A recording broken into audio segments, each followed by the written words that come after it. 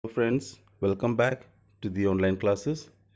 Today I am taking the new chapter, chapter number 3, two stories about flying. In this, we will read two stories. First one, his first flight, and second one, Black Aeroplane. The first story is his first flight. Now, I will read and explain to you. Kindly listen carefully. The young seagull was alone on his ledge. His two brothers and his sister had already flown away the day before. He had been afraid to fly with them.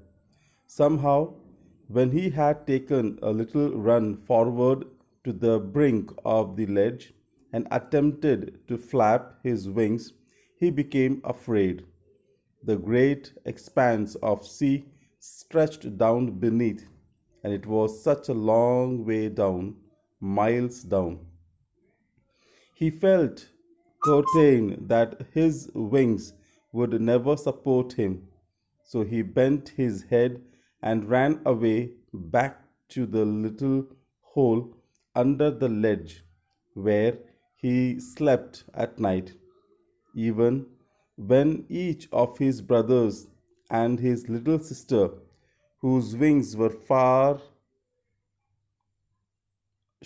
shorter than his own, ran to the brink, flapped their wings, and flew away.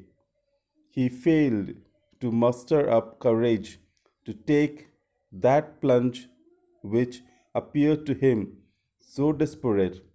His father and mother had come around,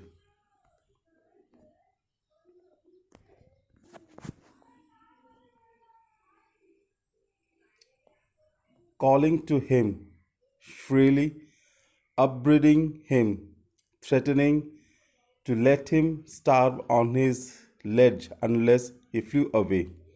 But for the life of him, he could not move. Now, this bird, the seagull, who was alone at the ledge, the hill point, they were staying as a family.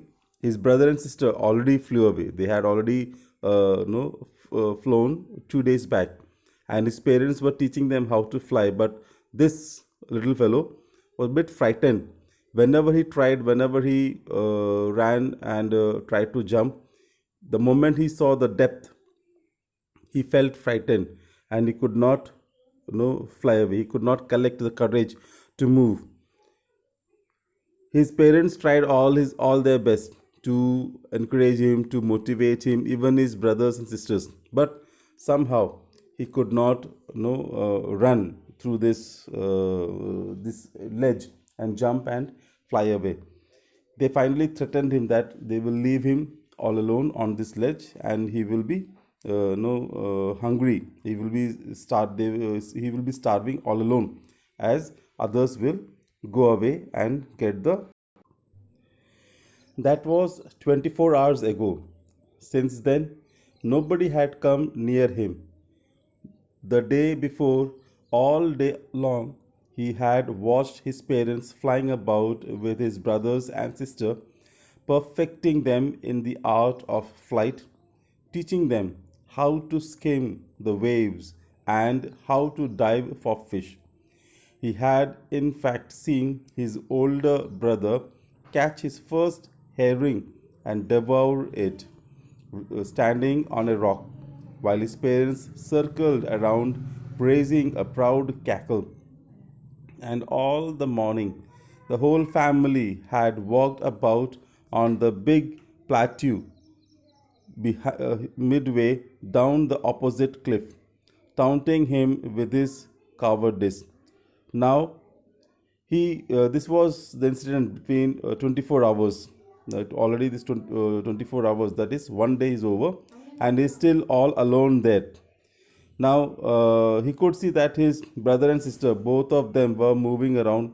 His parents were trying to make him perfect, trying to help him out how to catch the fish, how to dive in the sea, how to save, protect themselves from the big waves and all those things.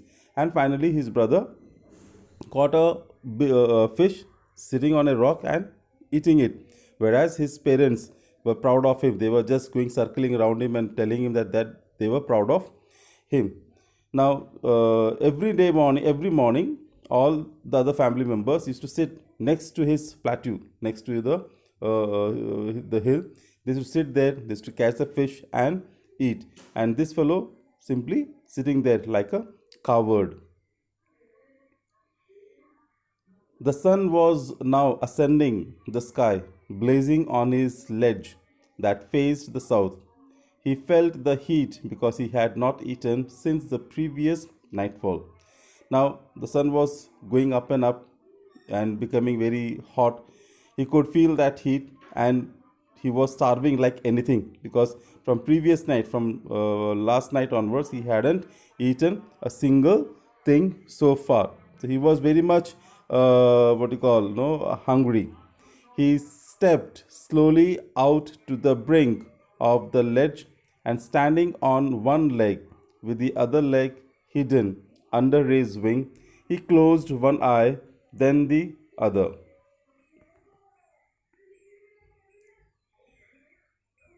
and pretended to be falling asleep. Still, they took no notice of him.